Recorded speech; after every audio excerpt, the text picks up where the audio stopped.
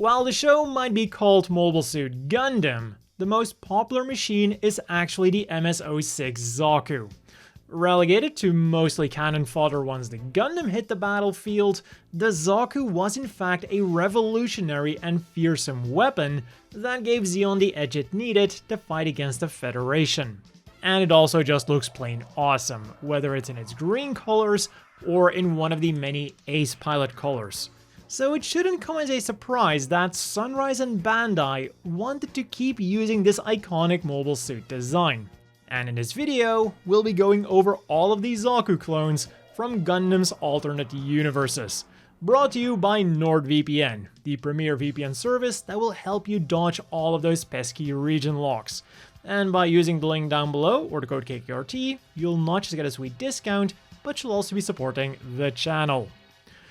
G Gundam might have been very different from the original Gundam, and the stars of the show might have been mobile fighters, but G Gundam also had some normal mobile suits. Introducing Neo Japan's JMS-60 Busshi, a mass production mobile suit that formed the backbone of the Neo-Japanese army, together with the JMS-71 Nobushi. And if the exterior alone wasn't enough to convince you that the Busshi is a Zaku, it has MS-06 in its model number, albeit a little bit scrambled, and its armor material is listed as Zakurium alloy. Unfortunately for the Busshi though, it lacks something that most other Zaku clones do have. No Ace Pilot ever used this thing, and it was completely relegated to being a faceless grunt that got exploded as soon as a camera focused on it. Which is also what our next Zaku clone is famous for, the OZ-06MS Leo. The design might be quite different, but its backstory is 99% Zaku. It was the first mass production mobile suit of the After Colony era, and it allowed the Earth Alliance to rise to complete dominance. Until the Gundams were created, which is when they started blowing up if you so much as looked at them in the wrong way. But despite their horrible reputation, their true power would be shown time and time again in the hands of Ace Pilots, which again is the true Zaku way. And also, just how many grunt mobile suits can claim that they shot down a Gundam? Nice shot, Lieutenant Zex! So much for him. That was far too easy. Oh, and about that 1% of the backstory that isn't Zaku, the Leo is a mass production version of a high-performance prototype model, the Tallgeese, which is more of a gym thing than a Zaku thing.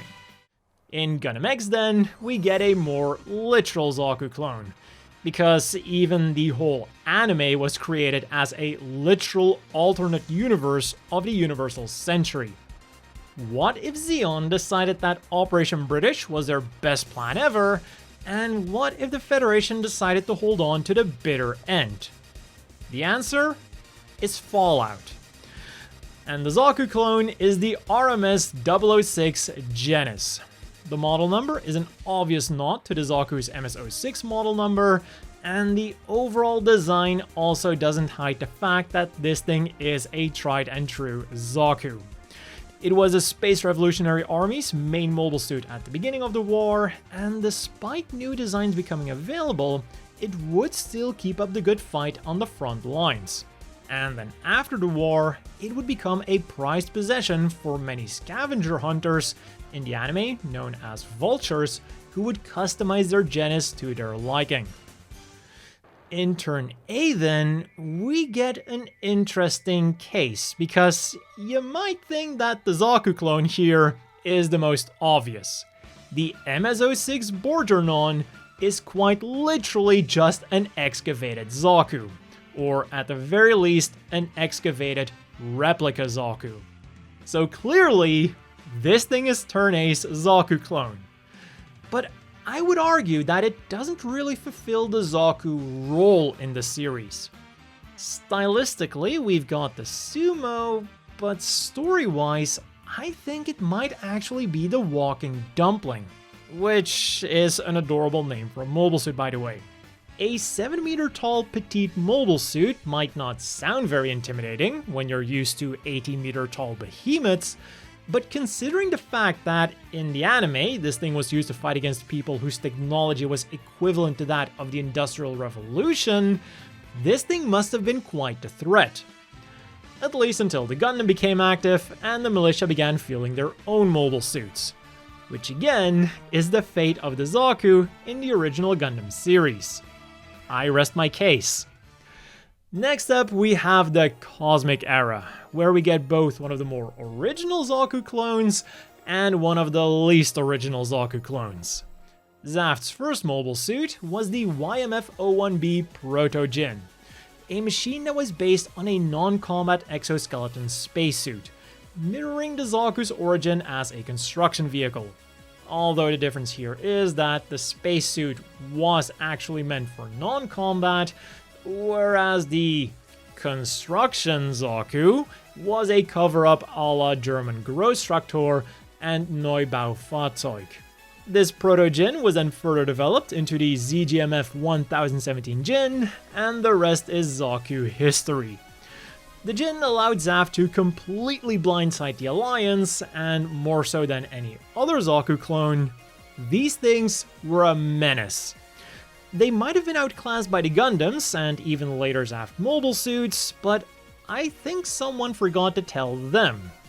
They managed to kick ass until the very end of the First Bloody Valentine War, and even during the Second Bloody Valentine War, its variants were still kicking ass. And talking about the Second Bloody Valentine War, this is also when we get Zaft's other Zaku clone, the ZGMF 1000 Zaku Warrior, with Zaku standing for Zaft Armed Keeper of Unity. It would serve as Zaft's main mobile suit during the Second Bloody Valentine War, and it also had a dedicated commander version called the Zaku Phantom. They did have one unique feature that other Zaku clones didn't have, which was the ability to quickly change their backpack, allowing them to respond to a variety of different combat situations, which is a feature they stole from the Strike Gundam. I like their design a lot, but at the same time, I hate how unoriginal they are. Which is not a problem at all with Gundam 00's Zaku clone, the MSJ-062A Tieren.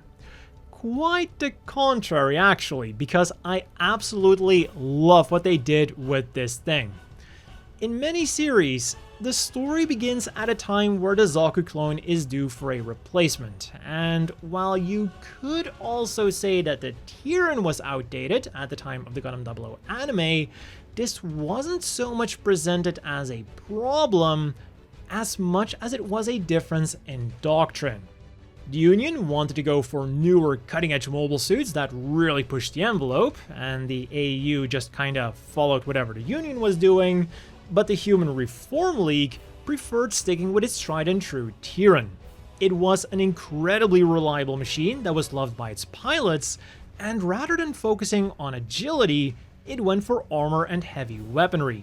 It was also super easy to maintain and mass produce, but unfortunately this didn't save it from the Gundams, and later on it also didn't save them from other GN-powered mobile suits. Like a true Zaku though, they did manage to shine in the hands of aces. But when used by grunts, they did drop like flies. Very heavy flies. From one of Gundam's most beloved series then, we go to one of the most hated series, Gundam AGE, where we have a Zaku situation that is somewhat similar to Turn A Gundam.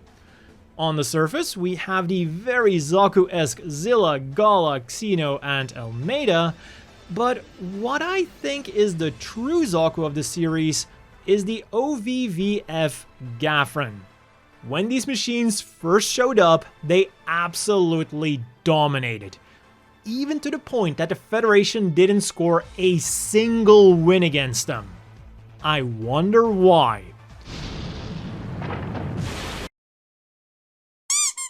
But all of this changed once the Gundam was created, and things really took a turn for the worse for the Gafran once the Gundam's technology made its way to mass production units.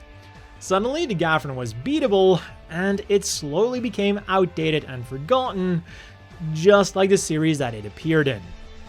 Also, there's this thing. But now for something completely different. Gundam Build Fighters.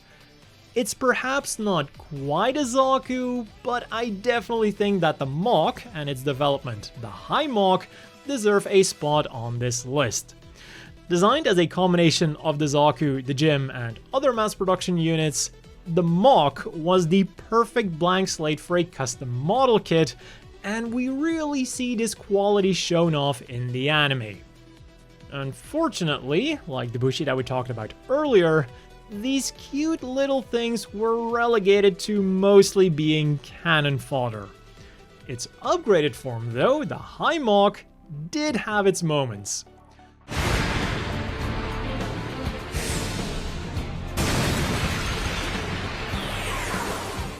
And from the very rotund Mach and High Mach, we go to the more sleek MSAM-034 Space Jahannam, an upgraded version of the standard Jahannam that was used by the American Army in Reconguista in G.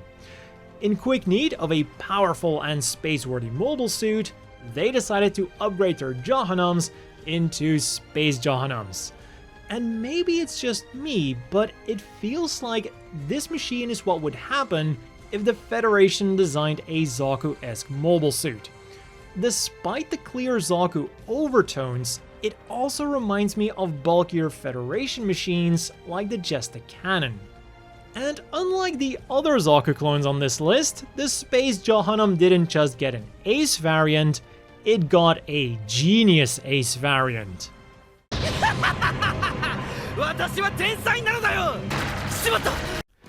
In Iron-Blooded Orphans then, we once again get a more lean Zaku clone. And just like in Gundam Wing, we get a little bit of that GINN DNA peppered in there. It's very clear that the EB-06 Graze is meant to represent the Zaku. Whether it's its hidden mono-eye, the green color scheme, the Zaku-esque weapons, or the 06 in its model number. But then, just like the Leo, it's a descendant from a high-performance machine rather than being its own thing. When we look at the story though, it again quickly becomes clear that this thing is a Zaku. The Grace was Gjallarhorn's main mobile suit that was once feared as a symbol of power, but at the time of the Iron-Blooded Orphans anime, it was showing its age and was mostly relegated to being a punching bag, and this even went for some of these supposed Ace variants. Still, thanks to various variants and upgrades, the Grace would remain relevant until the end of the series. And from one controversial series, we go to another controversial series, Witch from Mercury. The story here is quite different from that of your standard Gundam series, so it stands to reason that the role of the Zaku clone here is also quite different. And again, like in Tieren A and Gundam AGE, you could even make the argument for several mobile suits being the Zaku clone here. Some people like to think of the Grassly machines as the Zaku clones, but considering their introduction in the series as being used by an elite team to hunt down certain unwanted elements, I see those more as Jim Quell clones. So for me, the MD-0031 Dilanza is absolutely where it's at. Not only does it have the Zaku strong factor, but it also comes in standard and commander versions, and one of the antagonists has a lightish red custom unit. It's pink. Your armor is frickin' pink. Yeah, that's it. Pink. Pink? My armor's not pink. It's like, a lightish red. And that's all that we have for our alternate universe Zaku clones so far.